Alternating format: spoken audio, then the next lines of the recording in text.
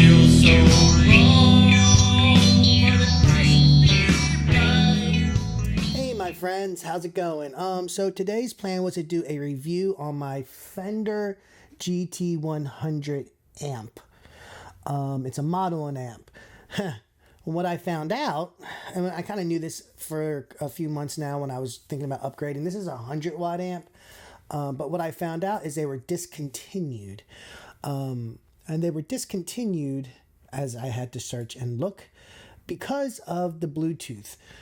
This thing comes equipped with Bluetooth, and well, because anybody can access it from anywheres, if you were using this amp at a gig, anybody could access the Bluetooth and mess with your settings and kind of screw up your whole performance. So I believe that's why these were discontinued, because of that flaw. There's an article here I found online that kind of says the same thing, more or less. Now, as far as this Fender GT100 or any of these model lamps, and I think this applies to all model lamps everywhere, this is a 100-watt amp.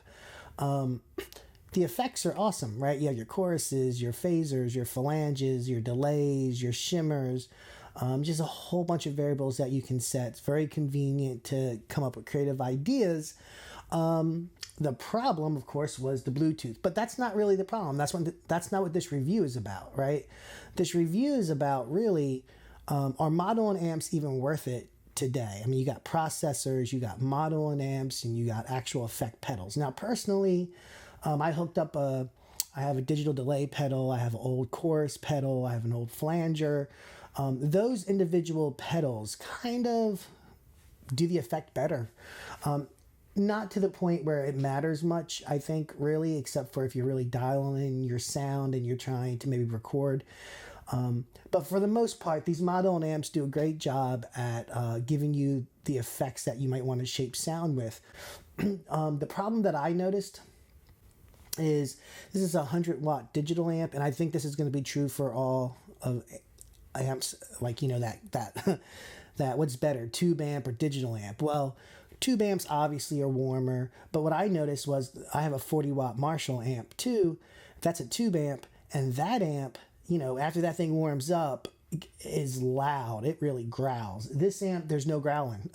There's no growling, and you can use this type of an amp to practice in a band, and you can use it to play in a show, minus the fact that, you know, you chance the Bluetooth getting activated by someone else. That's always a risk. But as far as playing, you can use these things for recording. They're great for recording.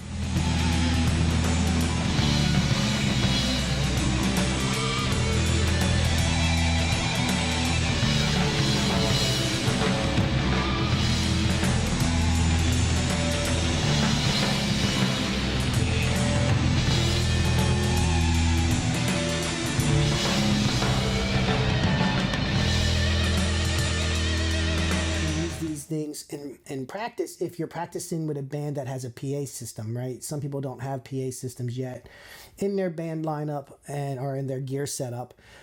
You would need a PA system, either micing the amp itself or running direct. You can run direct in these things to compete against the drums and even maybe other guitar amps.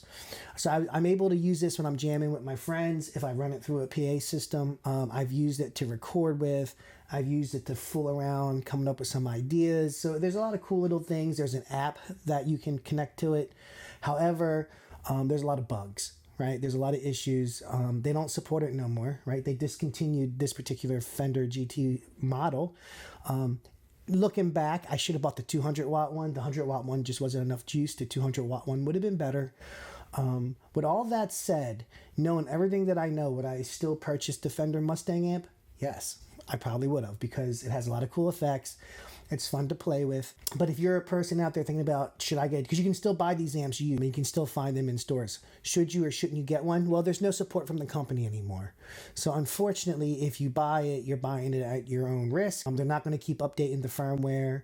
You're going to always run into a Bluetooth problem. So chances are, maybe not get it. Knowing what I know now, there are other like Line 6s and Katanas and other amps out there that are model and amps and do a similar thing, and they're all about the same. They still have support. And they don't have they don't have the issues like this one has. The Bluetooth feature is a pretty cool feature, but it's not reliable for a live gig. That's really what it is at the end of the day. The amp itself is fine. What it does is it does what it's supposed to do. So I was very happy with the amp, so I can't say I didn't enjoy the amp very much, but I actually switched to playing out of a Marshall, which maybe I'll do a review on that at another time. Because, well, I can't really use this one practically, or for practicality reasons. Like, I can't use it gigging really. It doesn't hold up in sound unless I'm using it through a PA system. So there's kind of some cons and there's some pros.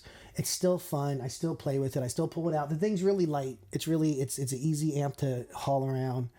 And that's what I have. So do I like the Fender Mustang GT100? I do.